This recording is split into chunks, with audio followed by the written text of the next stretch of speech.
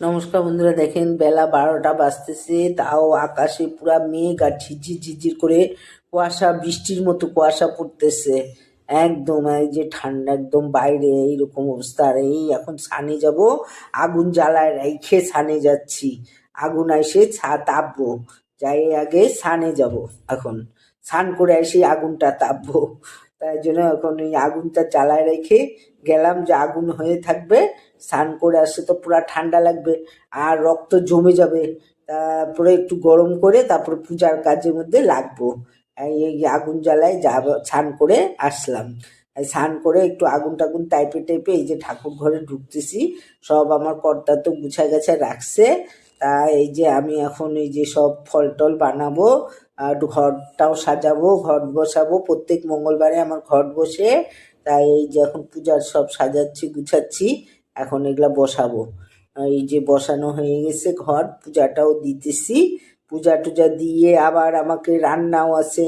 এত বেলা হয়ে গেল, কি যে রান্না করব ঠান্ডার মধ্যে বুঝেও পাই না। দেখি বাইর হয়ে কি করতে পারি, পূজা করে বাইর হয়েই রান্না আবার জোগাড় করব। এই যে এখন পূজাটা করতেছি, আরতিগুলাও বাকি আছে।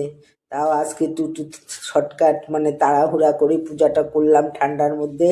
মাকে একদম মানে ধরছাকলা পাতা খাই স্বর্গে যায় এরকম অবস্থা করলাম। করে এই যে পূজাটা দিলাম, এই আরতি টারতি হচ্ছে এখন। একটু আরতিটা হয়ে গেলে অঞ্জলি দিব, অঞ্জলি দিয়ে তারপরে আমার অন্য কাজে যাব।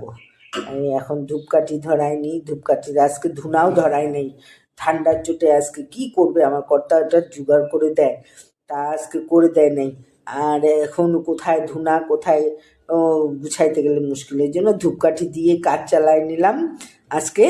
আর এই যে পূজা হয়ে গেল আমার, অঞ্জলি টঞ্জলি দেওয়া হয়ে গেছে। এই যে ভাত, তারপরে ভাত রান্না করলাম, গরম গরম ভাত, আলু ভাজা, বেগুন ভাজা, ভেজ ডাল, গাজর মটরশুঁটি টুটি দিয়ে মুগ ডাল করছি, এটাও গরম, সব গরম গরম নামানো হয়েছে।